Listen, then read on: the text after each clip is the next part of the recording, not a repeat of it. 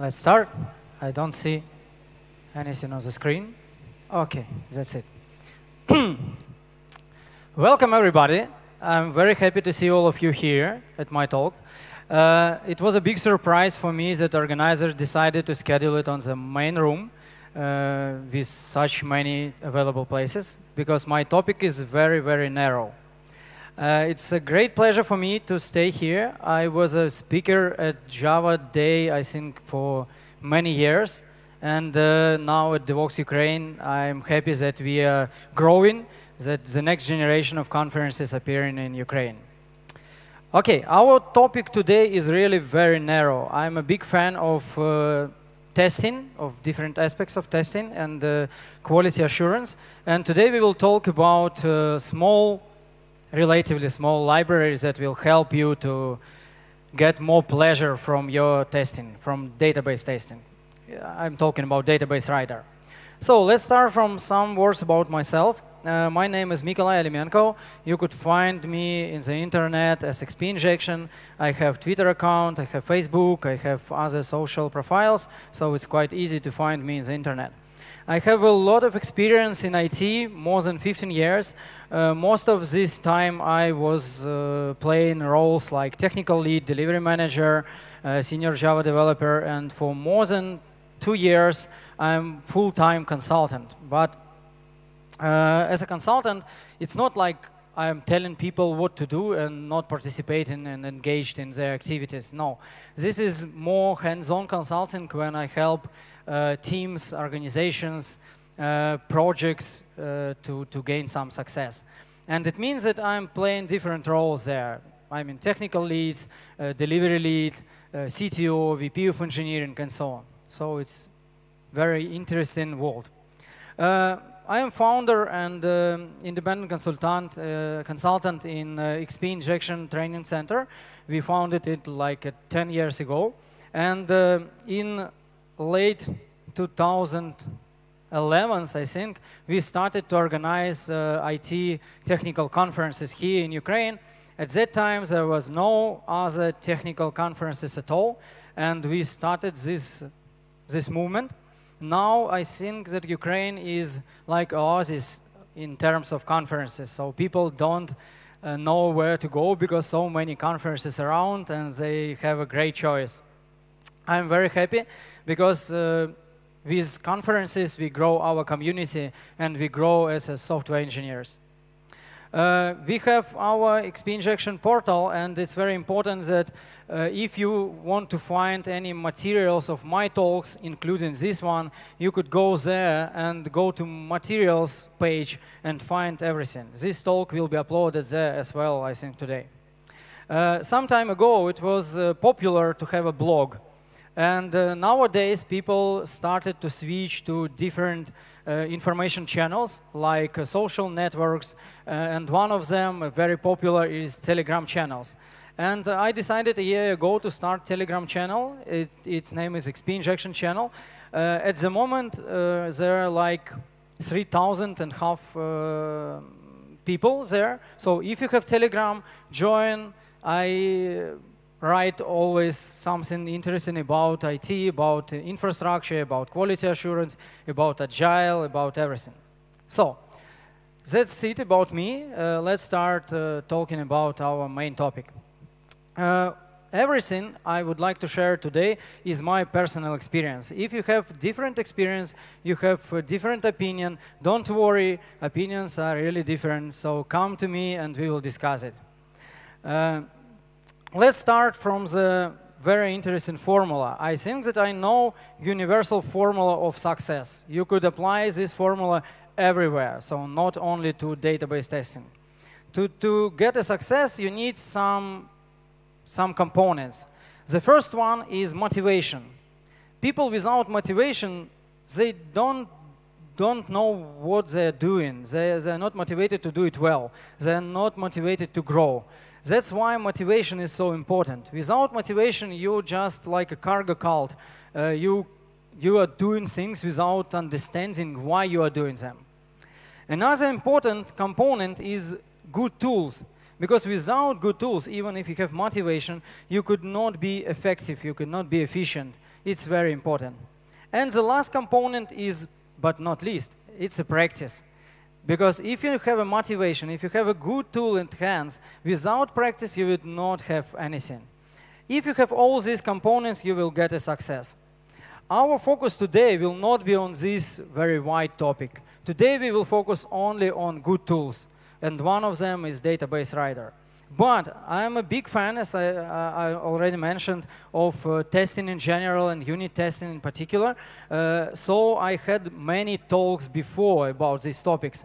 If you are looking for motivation, I propose to take a look at two different talks. One of them is test-driven developments for database layer, and another one is test-driven Spring Boot applications.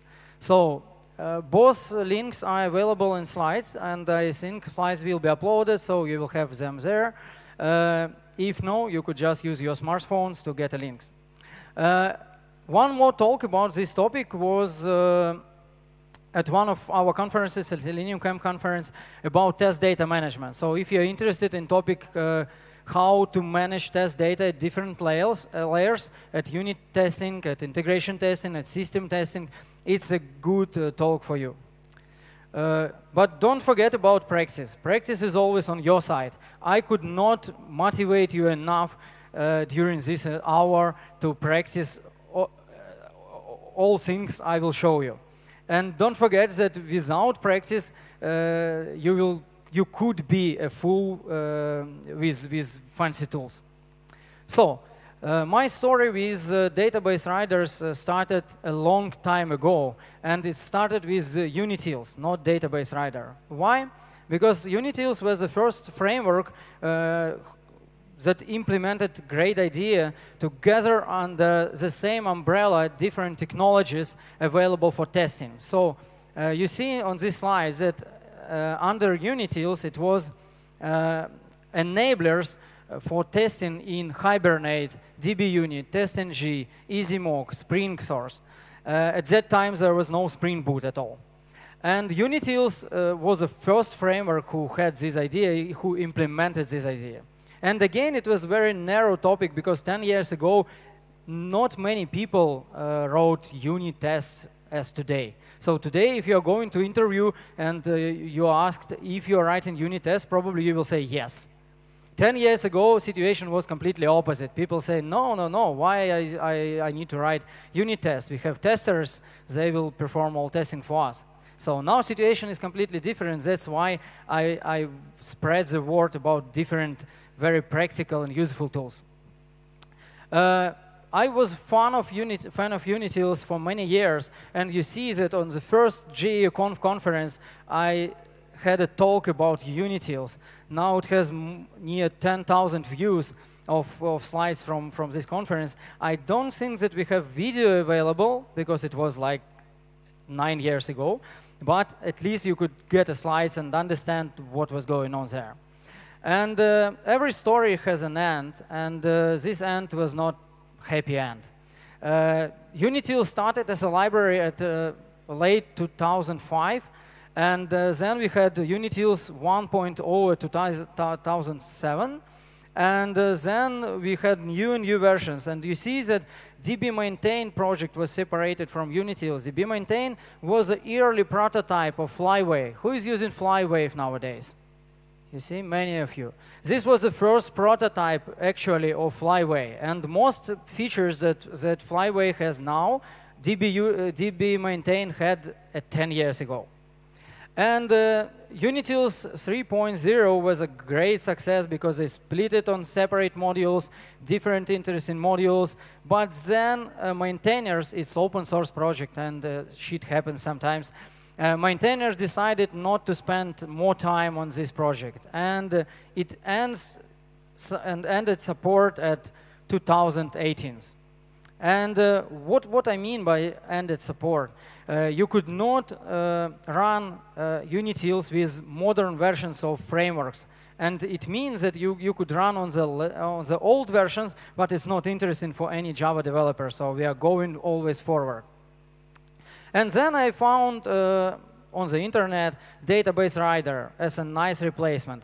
You see that Database Writer has it in its description that the project aims to bring DBUnit closer to your unit test, so database testing will feel like a breeze. You see, it's wonderful.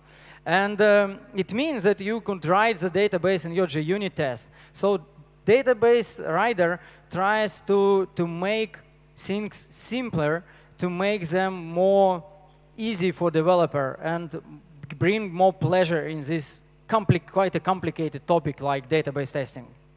Why it is so good? First of all, it's open source, and open source with very, very friendly contributors team. I will share some words about my contribution and my story. It has minimal set of dependencies. You know that if you add some dependency in Maven or Gradle, you will try to get the whole internet on your local desktop. And this is not a good deal when you are talking about testing library. So you don't want to have many dependencies, additional dependencies with overlapping versions and so on. So this one is written in JDBC, pure JDBC implementation. That's why no many additional dependencies. It's simple, powerful, and very flexible. You will see in my demos that it's true. And it's still a wrapper around DBUnit, so it doesn't try to repeat all features of this mature framework like DBUnit. DBUnit is a framework. Who knows about DBUnit? Oh, most of people here. So DBUnit is a very, very old library. And this library was designed to be able to take data sets described in some format, in any format at all, and put it into the database. So this is the primary focus of DBUnit. There is no reasons to rewrite this and to have all obstacles and issues that DBUnit has in the past. So that's why it's still a wrapper around DBUnit, and it's very nice. It has integration with JUnit 5, JUnit 4, CDI, Cucumber, if somebody uses BDD style testing. And it has advanced features like leak detection, constraint management, and dataset generation. Good documentation. It's not a frequent thing for open source community to have a very good documentation. Here you have one with many examples, so it's quite easy to start working with the library. Contribution is very easy. The maintainer of the project is Rafael Pestano, and he is a very friendly guy who tried to bring more people into contributors. And when I decided to contribute in this library, it was a very short but interesting story. As a big fan of database writer, I promote it everywhere. And with each client I worked, I tried to bring database writer on board. And on code review, I see that one of the developers didn't use the database writer and used DBUnit right away. And on my question, why you do so, you know about database writer, why you're doing so, he said, oh, we are using this stupid database, MySQL SQL server, and it has crazy features that is not supported in database writer. And we really tried, and identity columns didn't have any support in database writer. And I decided that it's good solution not just use tool when this tool is appropriate for you, but contribute in the tool. And we decided to solve this issue. We created pull request, and amazingly quickly our pull request was accepted. And maintainer Rafael helped us with the test coverage and make it really high quality pull request. So it's really very, very friendly community. And all things behind the scene are discussed with contributors. So if any additional feature is designed for database writer, it's really discussed. It's not like one guy decided everything and things will be like that. Okay, let's start with the features. And the first feature is very native. It's a datasets management. So if you want to have a test for database, it's clear that you would like to insert some data into the database. And you see how simple it's here. So you just have a dataset annotation and reference it to some dataset. And that's it. So you have a rule for DBUnit connection. You need only one thing marked with a red one, is JDBC connection. It doesn't matter where you take this JDBC connection, from your pool, from your Spring Cloud, from a Spring Boot context, from anything. So you just need the JDBC connection and everything works fine. Okay, you think it's like some kind of documentation, so you show us examples. We are interested in practical experience. Okay, I will share with you some practical experience. Let's switch to IDE, and I will show you how things are going. So the first and very important things is support of different formats. Who of you is a fan of XML? Not so many people. Who is fan of YAML? It's very popular now. You really like YAML, yeah? Okay. Who is fan for JSON? Oh, so many people, okay. And who is fan for Excel? Come on, guys, I see some hands. Okay, the good news is that all formats are supported. Really, YAML is supported by design, so you see how it works. Here we have, oh, okay. Very nice. How to switch to ID? Let me try to do the following. I will stop slides. Okay. And switch to ID. Yeah, cool.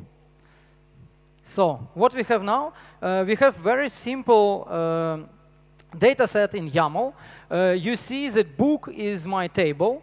And then you see several records in this table. So the first one is ID, second name first, author. The next one is ID 3, name second, author. And the last one is ID 4, name second, author, another author. You see that you could use like this.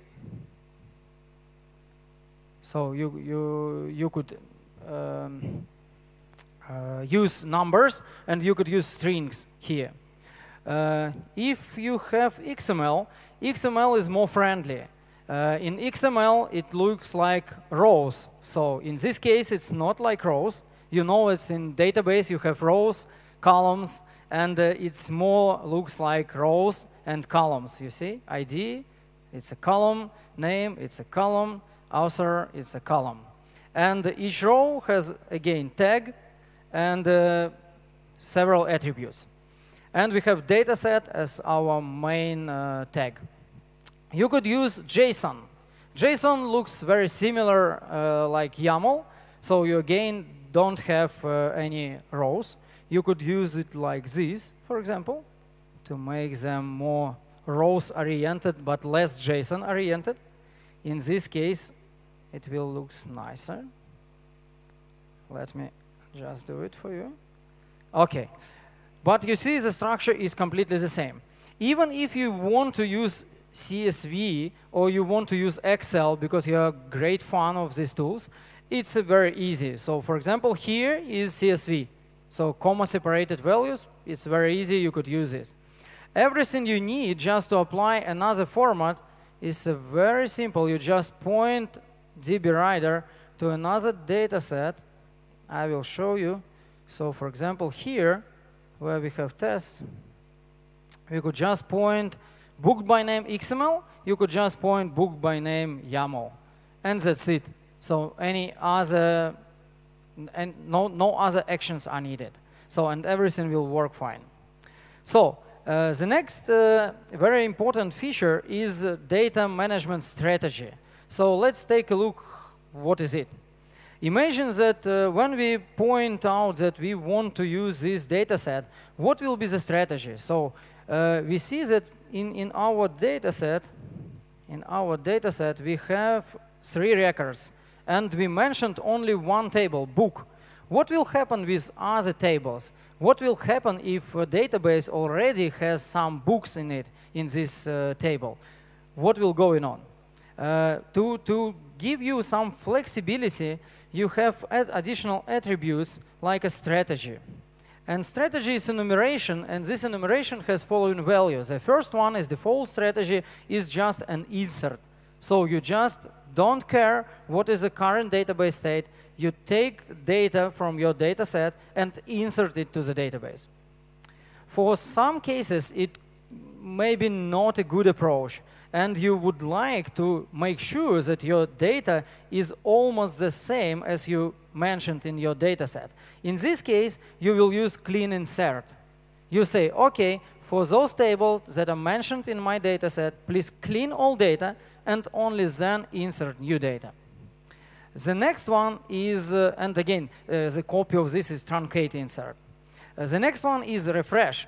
Refresh differs. I will show you this enumeration.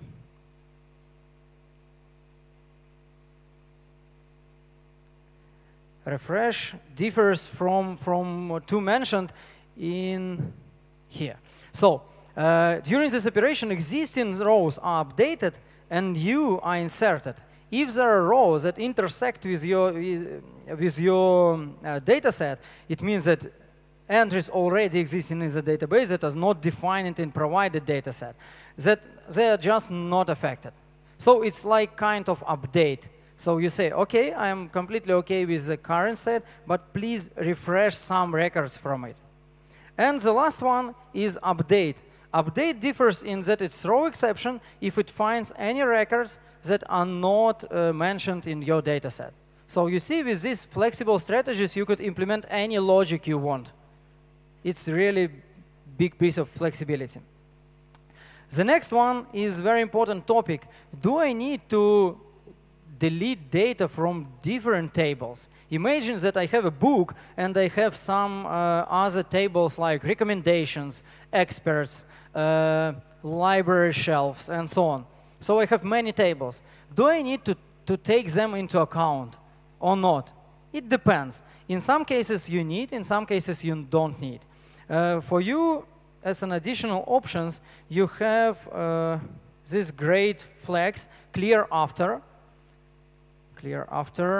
and clear before. Clear before. In this case, saying true, you ask database writer to clean database, not just remove database scheme and to start creating scheme again, but delete data from the database, so clean it. After your test or before your test. You see, this is just a simple flag, but everything is not so simple. Imagine how it may work in real world. So you want to clean some database. As a first step, you get from this database all metadata. It means give me all table names that exist in this database. And then one by one, you delete or truncate data from table after table after table. Will it work fine? In some cases, yes. In many cases, in most cases, not. Because you have references on other tables. And if you start from wrong tables, you will have an exception and you will not go forward. So for example, if you have foreign key on another table and you try to delete this record first, in this case, nothing will work. And to make it more configurable, you have options to declare what tables. First of all, table ordering. So in this case, you could mention what order of table you want to execute this removal operation. And also, there is an additional flag saying that you don't want to clean some specific tables. When this is used in real life, for example, you have Flyway or you have Liquibase for schema migration. And Liquibase or Flyway creates their own tables in your schema and store information about your schema there. It will be a big surprise if you decide to remove all this data because your tests need to clean up database. So that's why maintainers and contributors decided to have these additional flexibility options for you. So sometimes you need to run native SQL queries. Why? Because you need to perform some database preparation. I will show you some real-world cases. For example, you want to insert, I will show you another test. For example, you want to insert some data. And you want to insert expert, and this expert has several book recommendations. So each expert has its own ID, its own name, contact, it may be email, maybe phone number, and a set of recommendations. So books that are recommended by this expert. Very general and easy mapping in GPA. And now when you just want to persist, you say, okay, I want to start my data set with stored books data set, stored books XML. If you take a look at stored books, it say, okay, only one book is needed for my purpose. So I will clean everything in book table and add this one record there. So I just reference to this book in my test and say, okay, I will have an expert. This expert is Mikalai with a strange email, and his recommendation will be existing book of unknown author, and then I just send save to my DAO or repository object. And I would like to say that before this, I want to control how IDs are generated. IDs are usually generated using some specific database technology. For example, it may be sequences. It may be auto increments. It may be some other very specific to your database thing. And it could not be managed universally. So like, okay, let's describe it in code and everything will be fine. That's why you could use this additional feature, like execute statements before, to say that I would like to say the table expert alter column ID restart with 1. In this case, I use H2 database, and I ask that before this test, I would like to restart ID generation from scratch and start from ID 1. In this case, I could rely on this information, and when I will check, I will describe my authors, I could rely that ID will be 1. There are many different other options. For example, you have very, very specific constraint, and this constraint or trigger will not work in your very focused test. And you want to disable it temporarily and then restore back. This is a very freaking case. For example, you have like very big legacy table with hundreds of rows, and most of these rows have not null constraint. Imagine what the hell to manage data sets for such table. Independent of your concrete test, for example, you are using only one column for search or for some other business logic, you will need to put data to all existing columns because all of them has not null constraint on it. Imagine another situation when you have a tree of objects and one table depends on another table and another table and another table, and you just want to put some records in the last table. Just an example, imagine that you have users has roles has permissions, and so on. And you want to check your logic of working with permissions, but you need to define roles because permissions could not be without roles, and so on. And you have a huge data set just because your data structure. And in this case, you could apply some statements to either generate default data for some columns or to disable specific constraints, triggers, and some other internal database structures, and then enable them back. And here you see I use table ordering because I want to clean before, I want to delete all data from my database, and I say that table ordering are recommendations because it's table to link experts with book. Only then I want to delete data from expert, and only then I want to delete data from book. In this case, everything will work fine. So the next thing is multiple data sets. So at some point of time, you will understand that for different tests, you have very similar approach. For example, if I write many tests for experts, I would like to test how experts are added, how experts are searched, and so on. I don't manage actually books of these experts. And it means that some specific set of books is good enough for me. So I don't want to repeat this set of books in each data set for expert. And there is no need to do so. You could specify several data sets and say, execute them one by one. In this case, it will mean that they will be executed in particular order. So if I have stored books, the first one, and then I add some another, I will show you a concrete example. Oh, like here.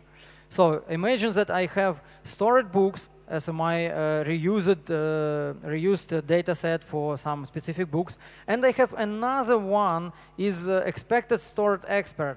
If I go there, you will see that there is one expert with ID 1, and there is a link to recommendations of book, my existing book. In this case, I could execute them one by one in this particular order, because in opposite case, I will have again constraint violation if I start to insert recommendations before I insert the book. It means that your data sets could be more granular and you could manage them in more reusable fashion and don't create huge data sets with copy-paste in every other data set. Okay, let's again switch to formats and talk a little bit about why I am personally a fan of XML for this task. XML is a very structured format, and you see that in my concrete examples, for example in this one, you see a reference to very strange DTD. People who are old enough know what is it. It's a special description of schema that describes how data is structured in my XML file. You could generate it in two different ways. First way is very simple and available to everybody who is using modern IDE. It's just go to your XML file, run your context menu, and then say, OK, please generate DTD from XML file. If you do so, you will get like this. Of course, this concrete data set doesn't consist of all available tables in my database. In this case, it will be like a small view of all this scheme. And I could reuse it, and in this particular case, I just gathered some pieces and name it database DTD and put all of them here. And now I have full description of my database scheme. What is helpful in this practice? First of all, I have autocomplete available. So if I go here, I say, OK, author is required attribute, and I need to specify it. So I have autocomplete. Another one, I have auto-validation. So I could not just say, OK, this attribute could be passed here. No, it could not pass because it's not in scheme. More reliable option for you, of course, is to use more powerful generators, and one of them is available in Unitils. Unitils is still alive in these terms, so you just go to your database driver via JDBC and say, OK, give me metadata, please. Give me all tables with all columns, with all specifics, and I will generate XSD or DTD for you, and you could reuse it in all your XML files for datasets. And in this case, you could even organize away in the following fashion. So you could apply these static validation rules on your commit, on your local commit. You have such option in your IDE, or in your CI/CD pipeline. You could say that I have a bunch of XMLs, and all of them should be valid, and they should be valid against existing scheme. In this case, your data sets will be more correct, and you will avoid many issues. Like when you rename a column somewhere, and then you forgot to rename the same column in your data set. OK. As a big fan also of IDE tools, I don't think that you need to use just plain XML files to generate data sets. You could use two different features of IDE to simplify work for you. The first one is file templates. File templates, you could just say Shift, you say file template, and you see save file as template. So you could save any file as a template. If I have this fancy scheme here and this dataset tag, I could just generate template. And in this case, if I want to create new dataset, I go here, say, OK, create dataset, name it somehow, it doesn't matter right now, and I will generate this dataset. You see that all important for me attributes are here, and you think that additional options would be to add automatic generation of table records. And for this purpose, you could use live templates. Again, Shift, live template, and you see that here you could say edit live, insert live template, surround with live template, or go to live templates. I have existing live templates. In my experience, it's good to have a scope for each live template. In this case, scope is DS. DS is dataset. And then you specify all your tables. In realistic projects, we usually have a generator who generates this automatically for us. So to have it in sync with our database tool. So from time to time, you just update your live templates.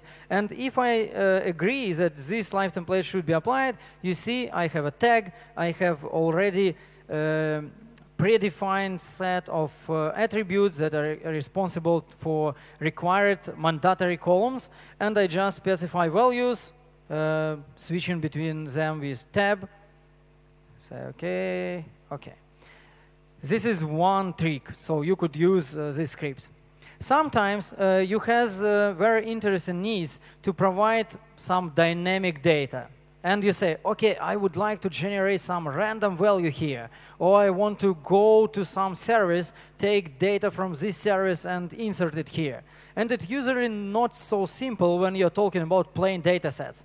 With Database Writer, it's simple because two different languages are enabled by default. One of them is JavaScript. So you could use JavaScript. Maybe it's your chance to be somehow full-stack developers. So it's a great opportunity. In terms of JavaScript, I will show you how it looks like. Where is my...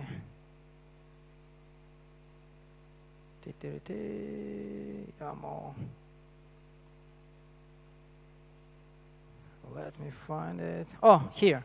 So as a simple prefix, so you use JS as a simple prefix. JS runtime engine is available in JVM by default. In this case, I have very simple generation just for demo purposes. So I say, OK, let's add this part of string to this part of string, and we will have, again, second. Of course, it's very synthetic example, but you could use full power of JavaScript here. And if you're a big fan of Groovy, you could extend it with Groovy. And again, the same approach works here. So you just say prefix Groovy, and then you specify any Groovy code to generate your data. And you need to add additional dependency, your test dependency, on Groovy runtime, and everything will work fine. The next one is for lazy developers. Not all of you are big fans of TDD or TDD practitioners. Who is TDD practitioner? Not so many people. Usually, you're coming to some existing API, to some existing code, and try to cover this code with tests. And when this code is working, it's working as it was designed. Your test is not driven in an implementation. Your test is more like, OK, let's add additional check for the future. You will not change this code. And everything looks like very synthetic when you try to reverse engineer your data set. You say, OK, I think this code will generate this data in this table and this data in this table. It's very boring. If you're a lazy developer, you would like to use some other approach. And some other approach is to generate this stuff. To generate this stuff, you could just use special tool. It's expert dataset. Expert dataset, there is special annotation, and there is corresponding Java classes responsible for this annotation if you would like just to write a tool for exporting from specific database. What you just need, you need to point to your database and say, OK, it doesn't matter what is going on in this test. Probably it's not a test at all. I just invoke several APIs. In this case, we have an API endpoint. I send via HTTP API endpoint some data and expect that status code is OK, and some ID is returned as a result, and this ID is positive. So it may be any code. It may be anything you want.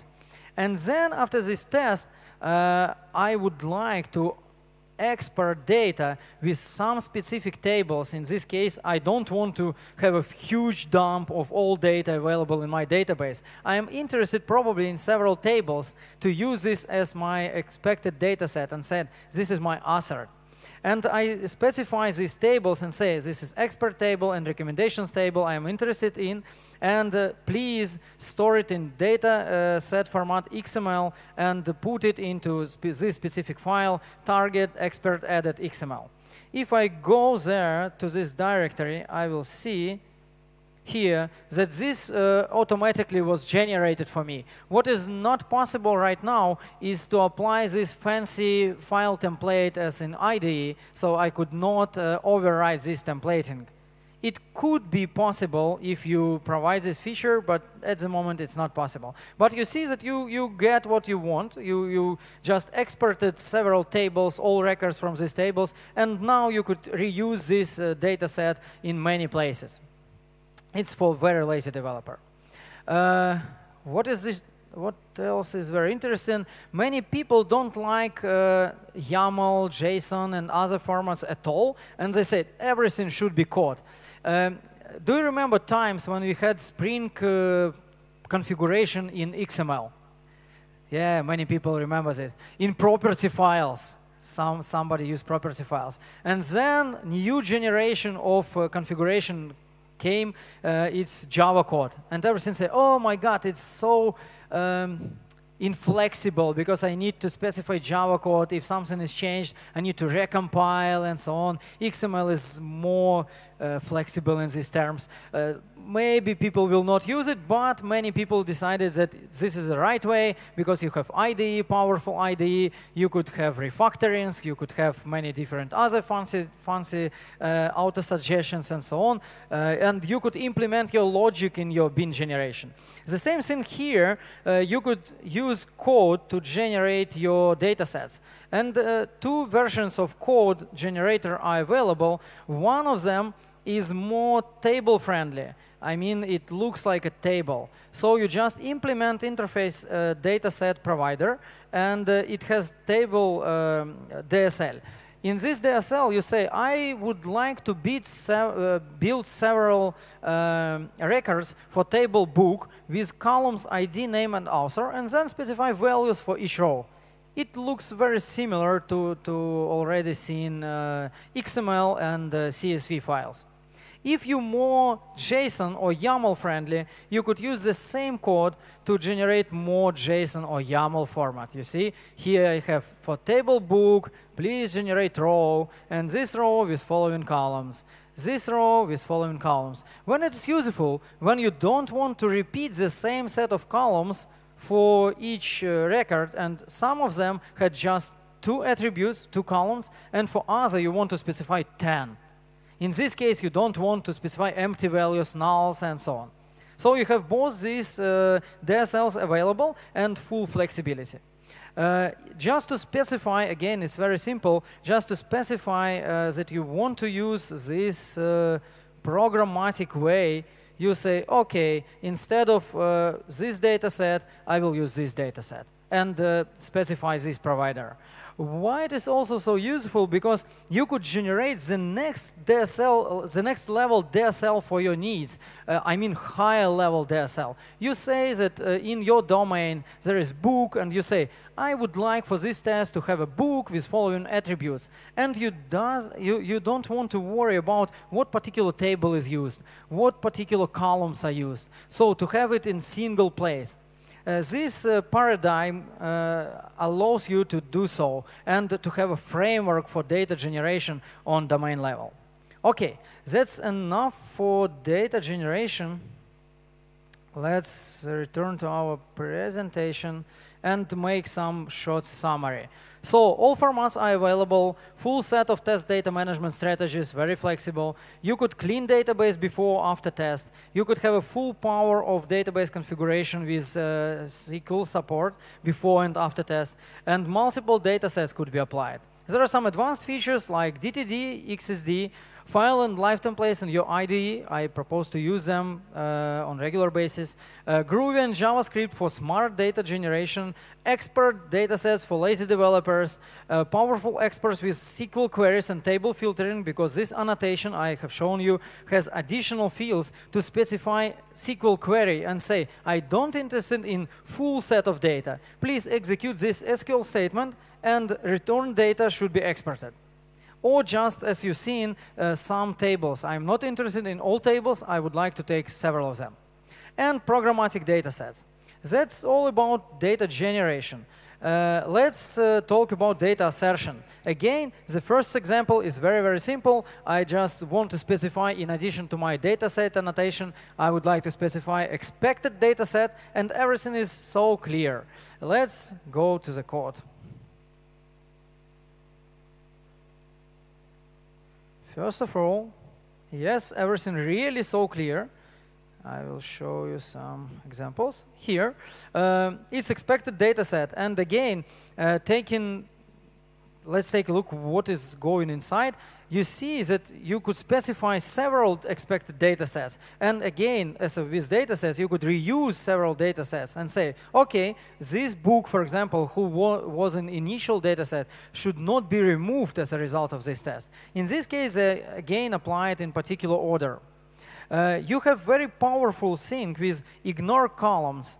You could say that I don't want to compare my ID. Remember when we generated some data set automatically from the database?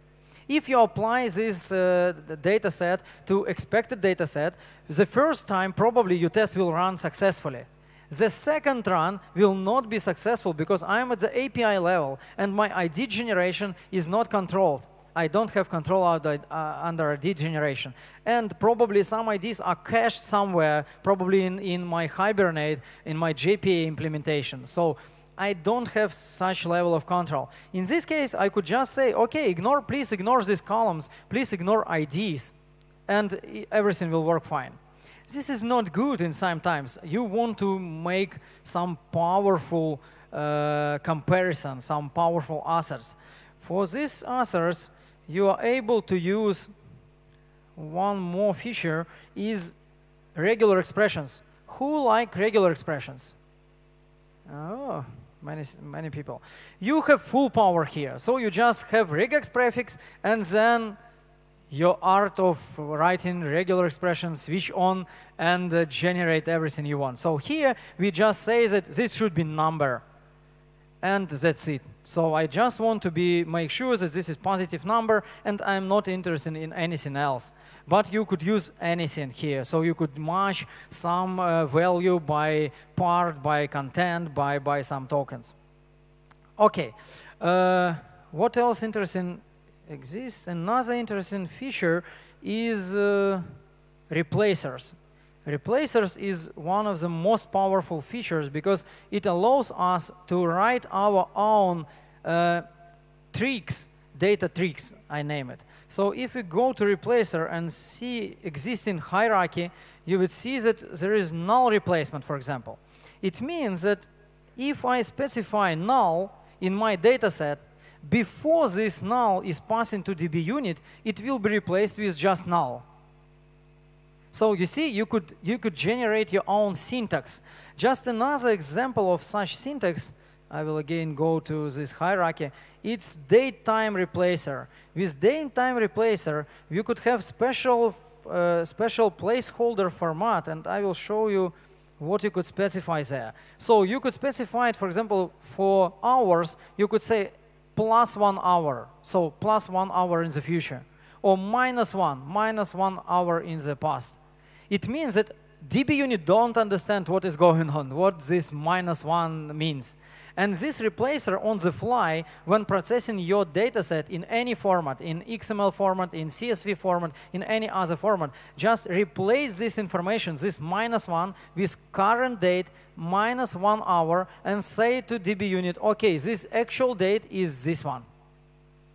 It means that you have very flexible language in your expectations to define what you want to expect from your data. And again, the same feature. You could use programmatic data sets as for data sets. You could use them for expected data sets.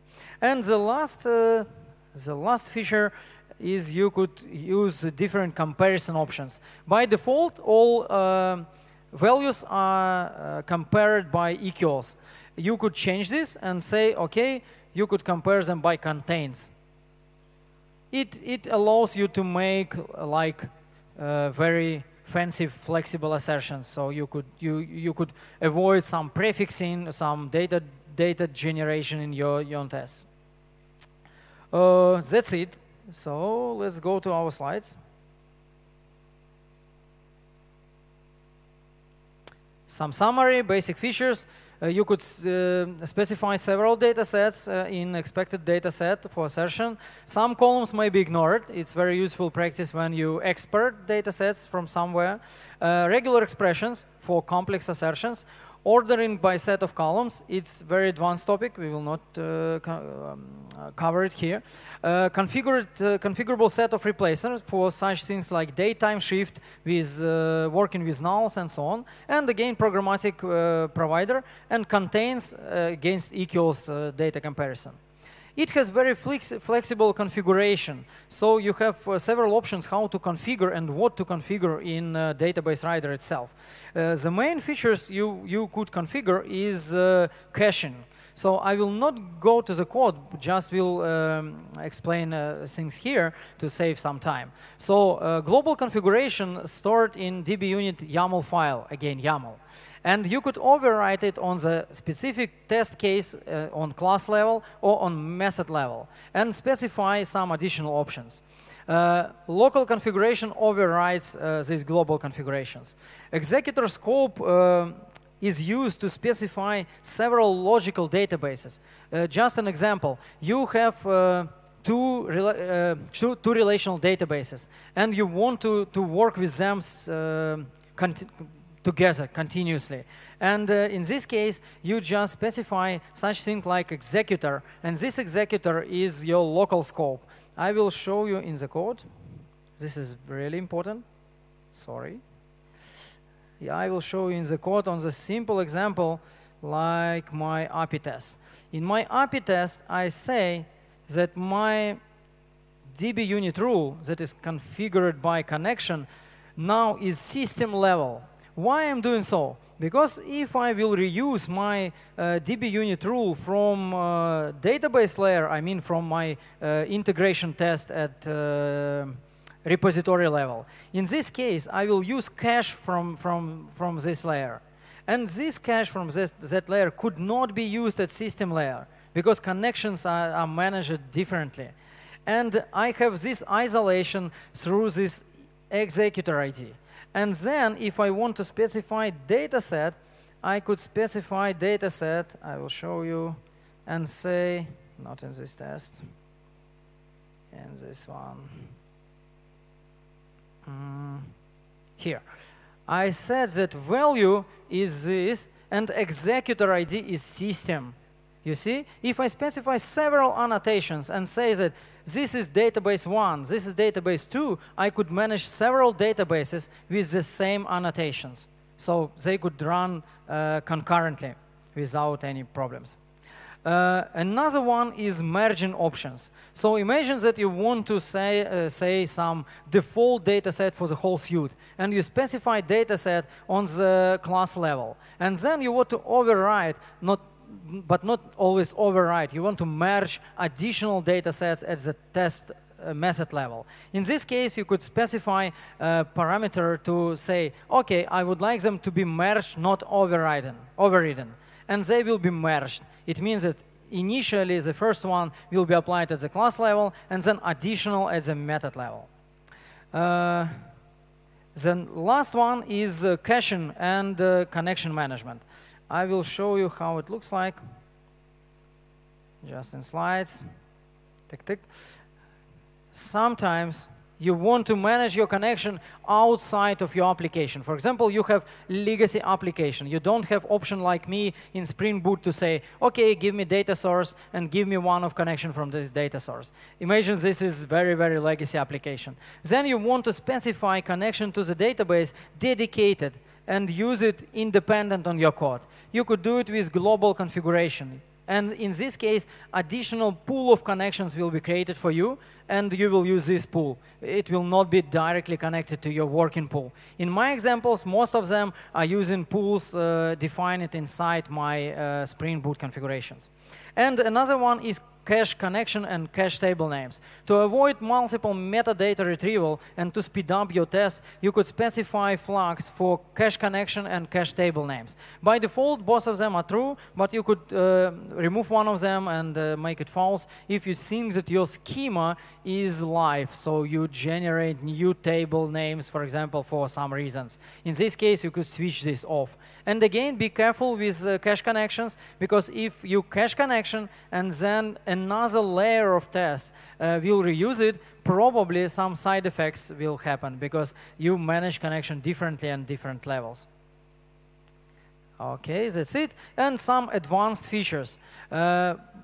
Just to name some, but not so frequently used. The first one is transactions management, but if you're in Spring Boot Vault, probably you are using Spring Boot style annotations to manage your transactions with transactional annotation, but it's available if you're not in Spring Boot Vault, or if you don't have this out of box, you could use transactional flag on your dataset annotation. It means that before test, transaction will be opened, and at the end, transaction will be rolled back or commit, depending on your strategy.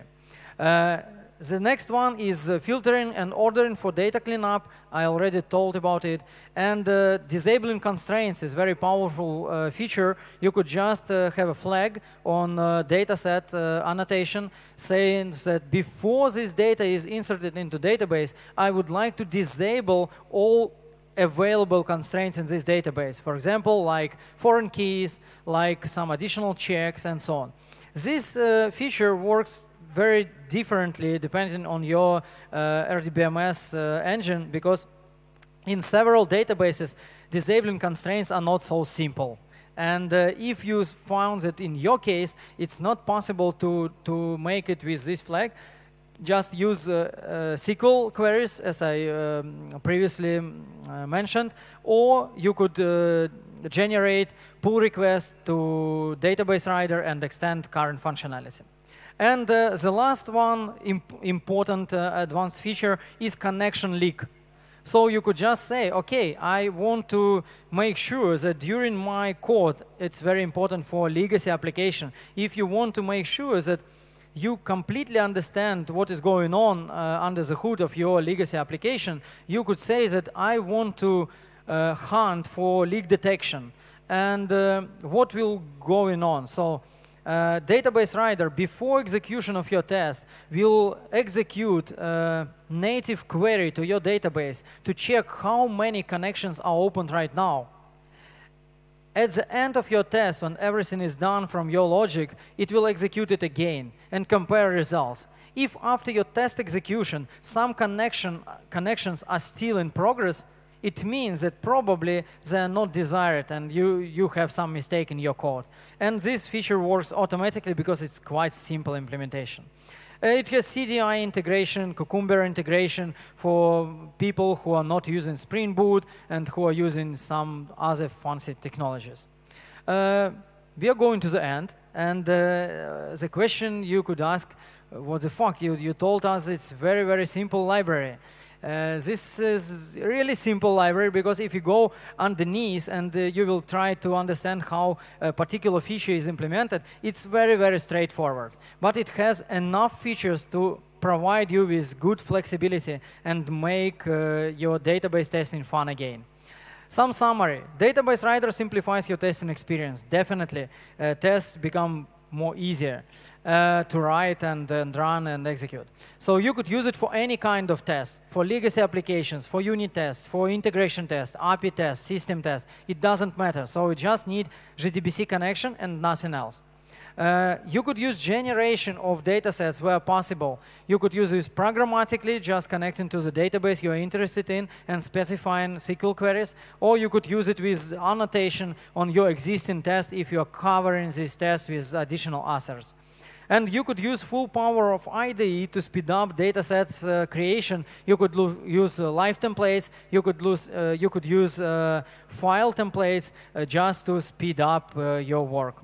And experiment with advanced features like leak detection. It helps you somehow in cases when you want to control what connections are open to your database and probably avoid some garbage connections. And contribute. If your case is not covered, I always have conversations with different developers. Oh, in my database, for example, Postgres database, something is not covered. For example, JSON support is absent. Please contribute. This is very friendly community, and they will help you. I will help you as well to make your pull request really high quality, and it will be applied as soon as possible. That's it from my side. Thank you very much for coming. I hope it was helpful. Mikhail, also we are very grateful for your performance, for your talk. Unfortunately, we are so over the time. Okay. So if somebody have some questions, yes, you can please go down to these people and have a conversation here. Sure. Because we need to prepare the next speaker.